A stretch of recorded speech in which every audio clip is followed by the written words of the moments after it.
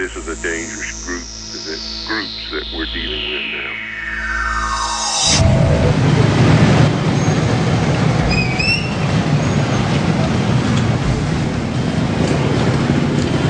Selamat malam teman-teman sekalian.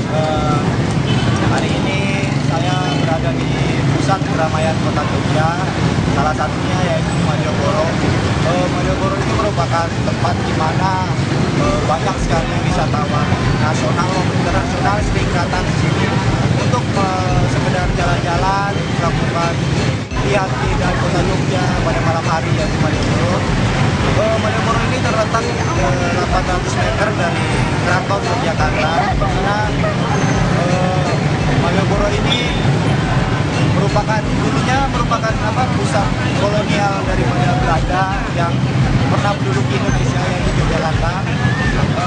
Itu sering ditaruh karangan bunga setiap kali keraton mengadakan acara kerajaan, di mana karangan bunga sendiri itu merupakan kata Sanskerta, yaitu yang berarti Malioboro. Malioboro merupakan salah satu pusat perbelanjaan terkenal di Yogyakarta karena di sini banyak sekali keanekaragaman mulai dari orangnya, dari budayanya, seninya.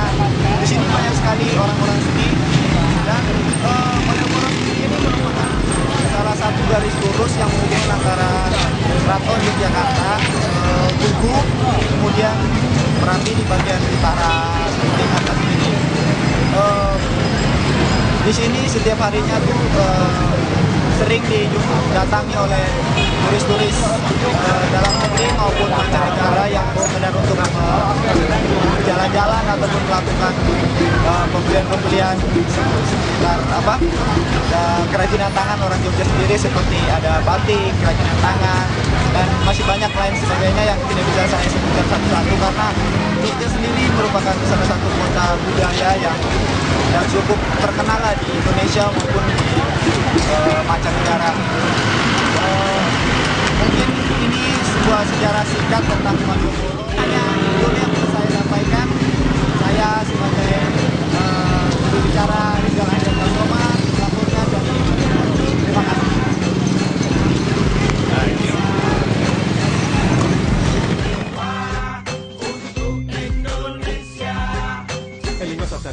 hambaku kuwono kaping songo sak dhuwur-dhuwure sinau kudune dhewe tetep wong Jawa diumpamake kacang ora lihat. Selamat malam semuanya. Malam ini saya akan sedikit memberikan gambaran tentang Keraton Yogyakarta, di mana Keraton Yogyakarta merupakan kerajaan di mana dulunya merupakan tempat raja pemerintah rakyatnya. Alun-alun utara sendiri sering disebut alun-alun lor dalam bahasa Jawa, yang artinya arah utara. Alun-alun utara ini sendiri terletak di bagian selatan Malioboro, berbentuk persegi yang ukuran lebarnya kalau tidak salah 150 kali 150 meter persegi, di mana di tengah-tengahnya berdiri dua pohon beringin, dan di sekitar alun-alun sendiri terdapat bangunan-bangunan di sekitar alun-alun utara sendiri terdapat bangunan pekapalan yang dimana dikelilingi oleh 62 pohon beringin besar. Dan pada zaman dahulu alun-alun lor adalah wilayah sakral di mana tidak sembarang orang diperkenankan untuk memasukinya. Ada beberapa aturan-aturan yang harus dipatuhi oleh rakyat atau masyarakat Jogja sendiri, di mana diantaranya tidak boleh menggunakan kendaraan, sepatu, sandal, ataupun mengembangkan payung, di mana itu sebagai bentuk penghormatan kepada sang raja sendiri. Seiring perjalanan zaman, adat tersebut sampai saat ini sudah tidak ada lagi, bahkan siapapun berhak untuk melintasi alun-alun ini. Sekarang ini alun-alun lor lebih menyerupai ruang publik terbuka bagi masyarakat Jogja. Perayaan Gebek Maulid, Pekan Raya Sekaten, dan upacara keraton lainnya secara rutin sering digelar di tempat ini.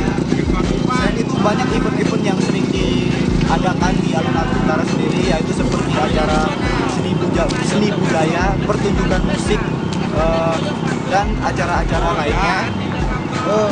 Terus alun-alun utara sendiri merupakan ikon kota Jogja, di mana letak alun-alun lor yang berada di pusat kota, maka sudah pasti alun-alun lor berdekatan dengan objek wisata lainnya seperti Malioboro, Palanggung Wijilan, Sempragudeg Wijilan, Pusat Cendramata, Museum Seno Budoyo, Masjid Agung, pastinya Keraton Yogyakarta itu sendiri. Jika Anda meluangkan waktu pada sore hari atau malam hari, maka akan banyak terdapat sajian kuliner rakyat, yaitu seperti angkringan, wedang ronde. Terus dijamin jika Anda berada di sini, Anda akan merasa nyaman karena rakyatnya sendiri merupakan orang-orang yang ramah, murah senyum. Ya, itulah yang disebut Jogja, kota budaya, kota istimewa.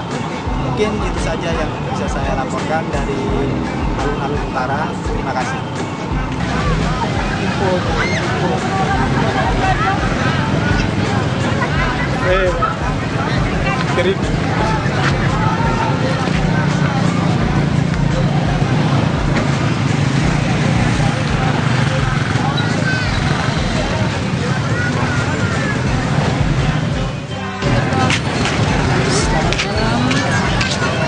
Malam ini saya berada di alun-alun selatan atau sering disebut dengan alun-alun kidul.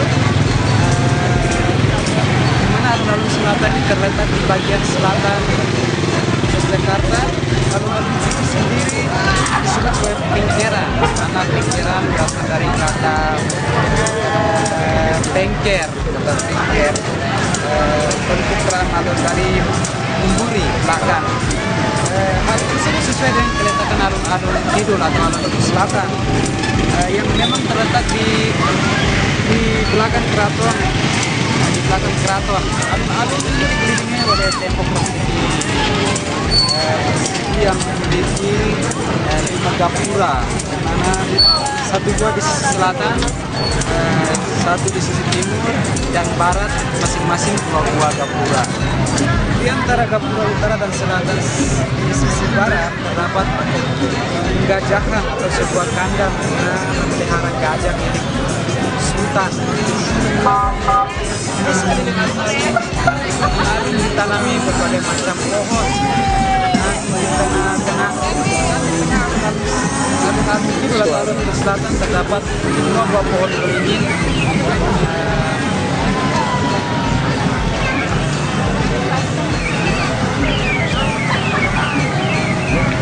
Buah pohon beringin yang mana dinamakan supit,